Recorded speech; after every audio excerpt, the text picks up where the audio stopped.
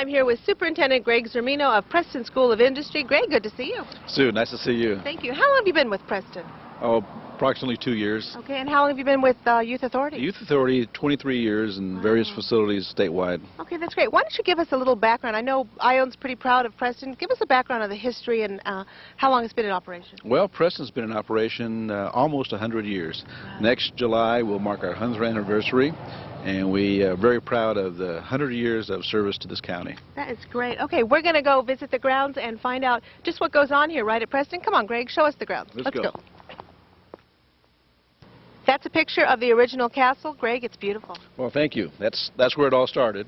Okay, and when did you move out of the castle? Approximately in the mid-60s. Okay. How many acres does Preston sit on right here? 65. 65 acres. Okay, let's talk about employment, salaries, and your tax base. How many people work here at Preston? 450 approximately. It varies by 20 or so, depending on our needs. And what percentage of those employees actually live in Amador County? 54%, roughly 250 people live in Amador County. And how about the salary? How much money do those people make that bring back to Amador County? Well, we have an annual operating budget of about $29 million. Of that, $17 million of it goes into Amador County. And that's by way of salaries and local vendors that you put back here, or is that just salaries? No, that's salaries and local vendors. That is absolutely wonderful. Yeah, we really pushed to use local vendors whenever we can. Okay, all right, so $17 million, that's a lot of money that's generated right here that really literally stays right here in Amador County. That's correct, that's correct. Great. We're real proud of that. I bet.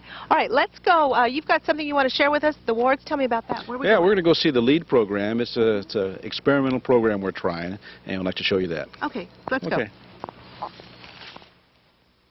Behind us are gentlemen participating in the LEAD program. Greg, what is the LEAD program, L-E-A-D? Yeah, it stands for Leadership, Esteem, Ability, and Discipline. Okay, tell me about that program, how many participate, and what it's all about. Well, it's comprised of 60 young men out of the approximately 830 we have here.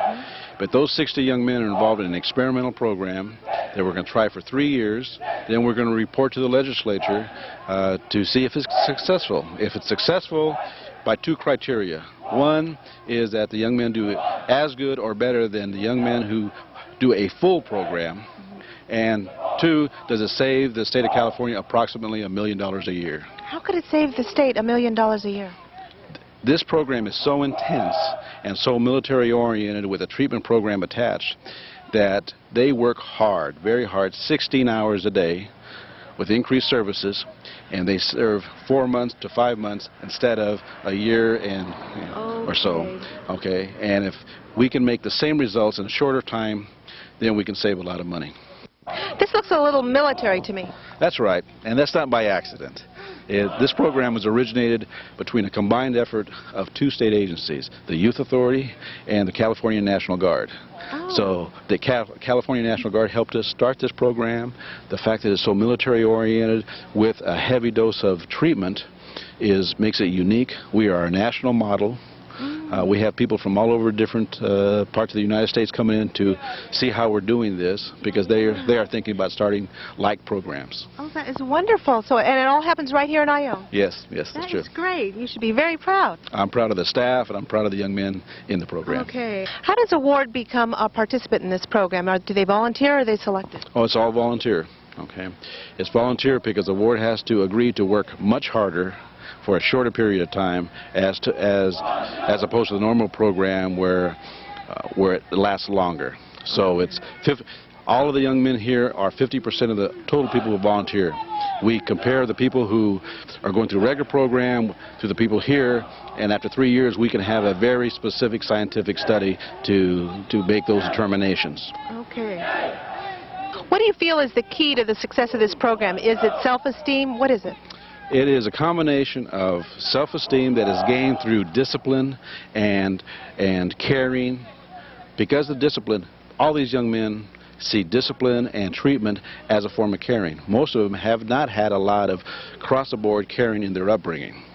So they need discipline and they need caring and they need to address certain specific problems that they have that they're being held accountable for.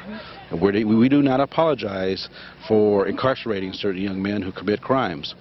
We want to make them better when they do get out. Okay. Do the different color shirts represent different things? Oh, yes. If you'll note that the different color shirts represent how far they are in their progress in the program. The guys who are just about ready to graduate are in the green shirts. So every month as they progress, they get a different color shirt. So it's always identifiable. Every month we get in a crew of 15 young men, and they start from the very bottom and then work towards their green shirts. Okay, where do these young men come from? All over California. Okay. All over California. So they're selected from youth authority places all over? The counties would commit a young man to the youth authority, and from that commitment, then the judges and the youth authority would determine whether they're eligible for even being considered for this program. Okay. Greg, I've seen pictures at the museum of young men that were here at Preston years and years ago. It seemed like more like the military then. This seems like it's kind of getting back to that. There's an element of that. There is. Sometimes things are similar, but they're dissimilar. There's a military element that's similar, plus now we've added the treatment component. We're lucky enough to have a clinical psychologist attached to this program, a parole agent, and they provide the casework along with the TAC officers so that these young men are not only disciplined, but they also see the reasons why they're here and why they need to do something about it. That's very critical. Okay, counseling is part of the whole program. Oh, sure, sure. Every one of these guys not only gets counseling, but it goes to school 6 hours a day, regular education, classroom material. And so it's very important that we have a balance of a program. All right. You're real proud of this program, aren't you? Well, so far it looks good. Okay, so far great. It looks very good. All right, what's the average age of a young man that comes to Preston? The average age of young man coming into Preston is about 17, and at the exit is about 17 and a half to 19. Okay, and what is the age, from what age to, what's the oldest a person can be here to come to Preston? The oldest to come to Preston could be 17 and a half to 18. Okay, so once you're 18 or 19, you go to someplace like Mule Creek instead of a place like this? Well, you go someplace to another youth authority facility. You either get paroled or you go to someplace in Stockton or in Southern California. Okay, great. So the LEAD program is just one of the programs here. There's other things we're going to share. Where are we headed now? Now we're going to go see the Ponderosa pre-camp. Okay. Okay, the pre-camp is also very interesting and provides Amador County a lot of community service. Okay, let's go to there. Come on. We're at a special section inside the compound. This is the Ponderosa Lodge Pre-Camp Training Center. Greg, tell me about this program and what makes it different than others, and what's the mission here? Well, the mission is to take young men who we plan to send out to the forestry camps, take them for 5 weeks, and give them all the appropriate training and suppression education and tool control and screening to make sure that they are ready and able to provide that fire protection out in the fire camps. For instance, many of these young men will go to Pine Grove. Okay, so these young men maybe want to become firefighters or go to the other facility? Oh yes, all of them will go to other facilities. They only stay here 5 weeks. Okay, how are these gentlemen selected, or they volunteer? How does this program work?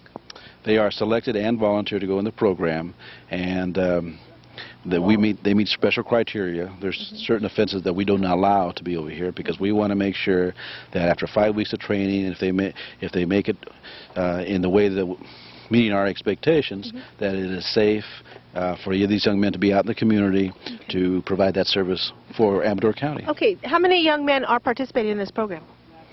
Oh, the entire population of this program is usually around 100. Okay, and do they stay right here, or do they actually stay in the other part of the facility? No, they are totally independent. They are? Yes, they stay here. They eat separately. They totally are independent of themselves. One of the things that we really emphasize is the fact that to be safe, to do a fire camp project, you need to have no inabilities to interrelate with each other.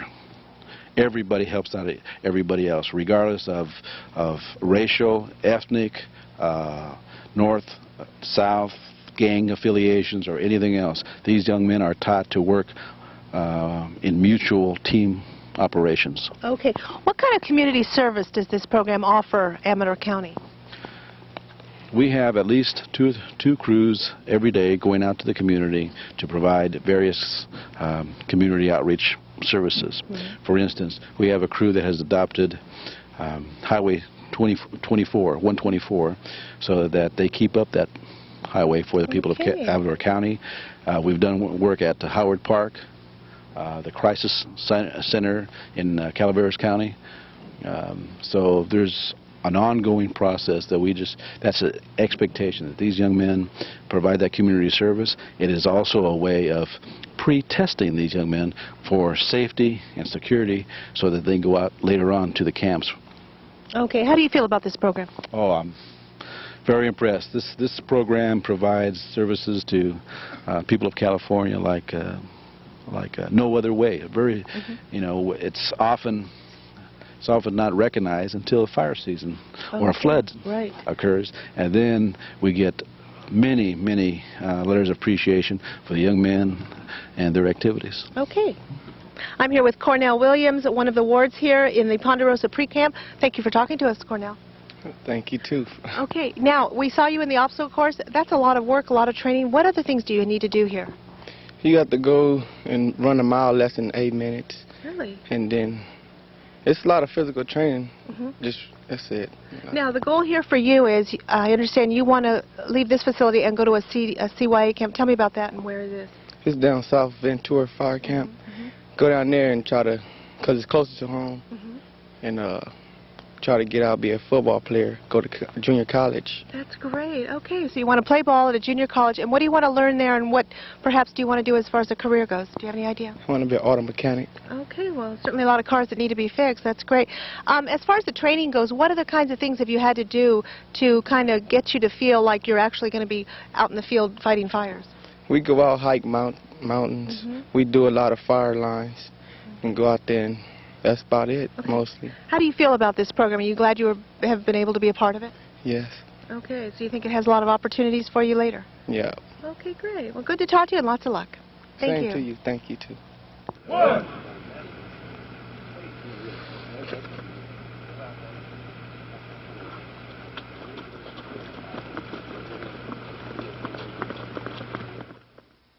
Greg, we've seen two of the programs here at Preston. It seems to me that somebody that works here must be pretty proud of some of these programs. Yes, we're very fortunate. We've got 450 or so very fine staff. Okay. You know, most of the staff here are really good staff, and we're really proud of them. Okay, suppose somebody out there in Amador County wants to get a job here at Preston. How do they go about doing that? Well, the best way to do is take a civil service exam. We hire off of state civil service exams. For the betterment of Amador County, what we're doing is setting up the exam notices in the post offices of both Ione and Jackson, so the literature will be there. Also, a person can come into our personnel department. The other thing I'd advise is we hire a lot of people who have once been volunteers here. Oh. If they want to be a volunteer, I suggest they call Art Belton at Preston School and do some volunteer work, and that is a good way to put your foot in the door. Okay, great. All right. Well, thank you so much, Greg, for sharing with us. It's great to see what's going on right here at Preston, a part of Ione, a part of the community. Good job. Well, I thank you. I thank you very much for coming in and seeing what we do. We're very proud of it. Thank you. It shows. Thank you very much, Greg.